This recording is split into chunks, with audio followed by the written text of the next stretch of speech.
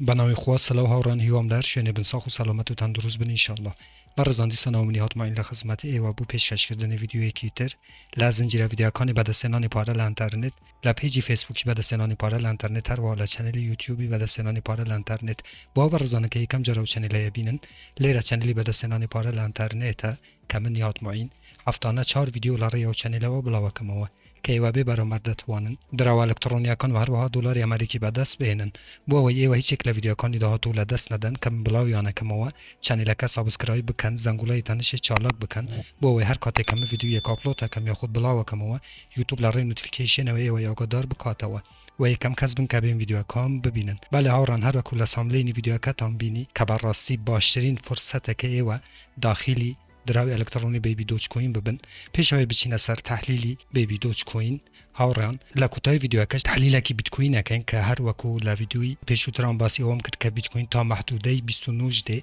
که امرو محدوده 29 بینی بو بیت کوین که بر راستی او تحلیلانه که ایما کن 100%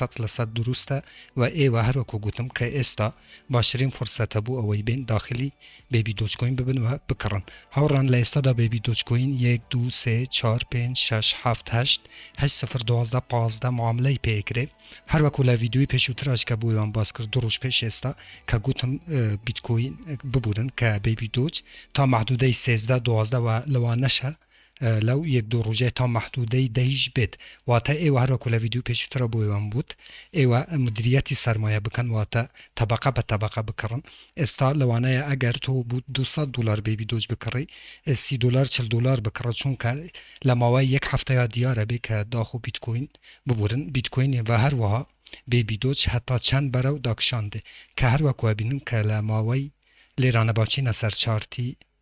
بیبی دوج لماوی یک روزه هاوران لیرانه هر وکو بینن که بیبی دوج کوین ل ببورن لیرانه یک روز کلا 8 0 16 و تقریبا 8 0 16 تاکو 8 0 12 هات کم لیرانه هاوران 8 0 11 شن بینی هر وکو بینن لیرانه 8 0 11 هر وکو گوتم باشترین فرصت ایوه او کسانه که ایانوی براسی بیبی دوج کوین بکرن چون باشترین فرصت زور هاتی تا خواری بو اوی بیبی دوج کوین بکرن ولی آینده دا زیادترین قازانج بکن اوانه که دا 15 روش پیش حسابه 27 28 یان کری اتوانن استا قربوی او کرینه بکن که به 27 28 یان کری و اتوانن استا بین بکرن بو اوی براسی زیادترین بیبی دوج کوین لم کاته هستیاره دا بکرن و هر وکو لیرانه بینن که بیبی دوج کوین لیرانه رنکی غلطه هاوران که لسایتی کوین مارکت کپ رنکی غلطه هاوران ابدیت نبویده و چون که استا لسایتی کوین گیکو بیبی دوج کوین لرتبه 200 بازار کریپتو کارنسیه و هر وکو لیرانه چین سر هولدرکانی بیبی دوج کوین پیش و چین سر هولدرکانی برزام لیرانه مارکت کپی روزانه بیبی دوج کوین ل 8 میلیارد دلار و هاتی تا 12 میلیون دلاری چون که براسی استا زوربه خلق بیبی دوج کوین نکرن چون که از آن لپاش او دامپا شدیده او دامپا زوره که براسی بیت کوین زور دا بزیوه که هر وکو استا دمکی دیا چی نسر بیت کوینی که ل 46 و لو ماوی 40 روش هاتی تا حتی 29 شد که هر وکو ویدیو پیشتران بیو بود مارکت کپی روزانه بیبی دوج زیاد بود چون زوربه خلق استا بر راستی بیبی دوج یکرن و هول دیکن چون از آن لپاش پامپی بیت کوین دیسنا و بیبی دوج کوین برو حلقشانه که زور گوره اروا و لیرانش هاوران لبشی اکسپلور بو اوی بچین سر هولدرکانی بیبی دوج کوین لوانه دوباره بی او تحلیلانه بلان بو او کسانه که تازه چنیلکی اناسن و باشره که من دیسانه و تحلیل بکم که 1,534,000 هولدری هیا لیرانه اوی باشه هاوران هرچند که بازار کریپتو برو داکشانه بلان بیبی دوج کوین هر برو براستی سرکوتنا گورکانی هچی و لسه هولدرکان زیاده بچون که او خلکانه که براسی بیبی دوجی اکرن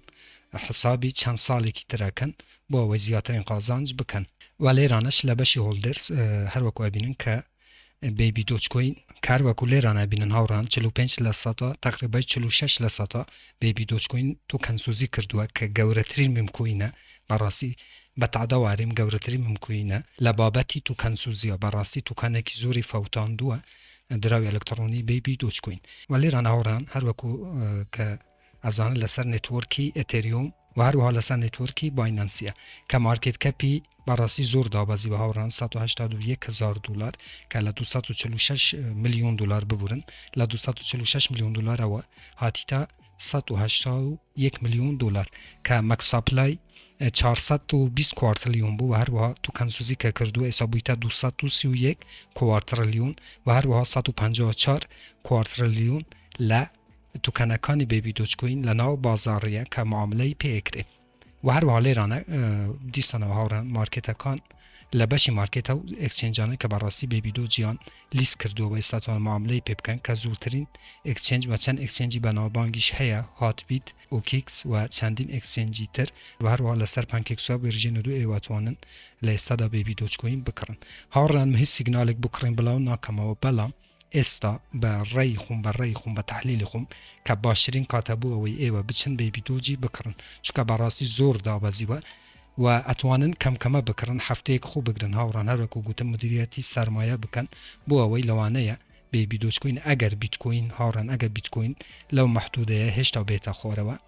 بیبی دوجیش حتی کو محدوده 0 دیت لوانش 9 0 و احتمالی اوشه که 0 کی تریش کم بکاتوا بلام چی اگر براستی به بیت کوین دیسانوا حتی محدوده 29 28 بیتوا لیرانه شاورن باچینه و سر بیت کوینی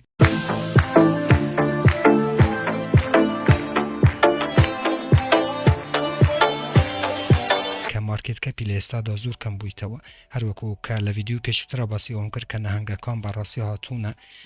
بیت کوین یان فروشتی ابو اوی نرخکی دا بزینه و یک جار لهرزانی بکرن و دیستان و پامپیکی گوری دراوی الکترونی بیت کوین ببینین و لگل اوش بیبی دوج و شیبا و دوج و آلت کوین کام براسی لگل بیت کوین برای هلکشان بچن چون که اوانه که براسی نهنگی یا خود لیدری بیت کوینن آلت کوین کانش پارکی زور یا نهنگانه لناو آلت کوین کان دانوا بوی کاته که بیبی دوج دا بازه ببورن بیت کوین که دا بازه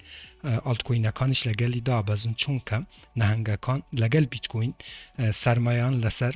اتریوم آکار دانو و هر وها او دروانه که آلت کوینن سرمایان دانوا و تا لگل فروشتنی بیت کوین دین آلت کوین کانش افروشن بوی همو پیکوا که پیوستم به بیت کوین و که باوکی همو درو الکترونیا کانه براستی لگل بیت کوین نرخیان دا بازه که لیک تریلیون و استابویتا 598 میلیارد دلار ولی رانه شروکو که لویدیو پیشتر بویم گوت هارم که امرو بینیم بیت کوین به 29 شروکو لیرانه لو محدوده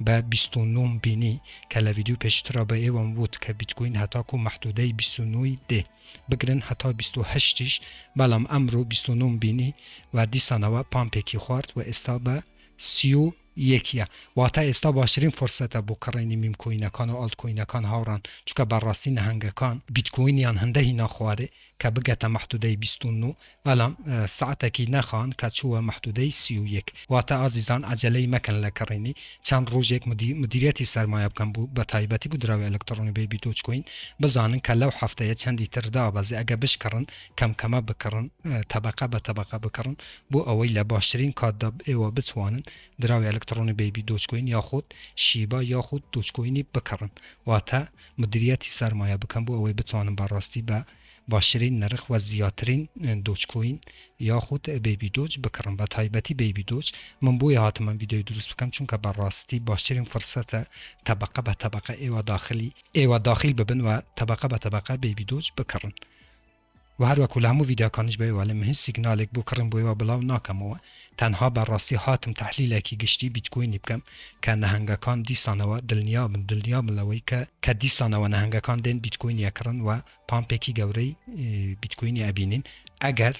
زیاتر نفروشن هاوران جاره او بازار بر راستی شلجا و هیچ دیار نیه لو هفته لو دا 15 روزه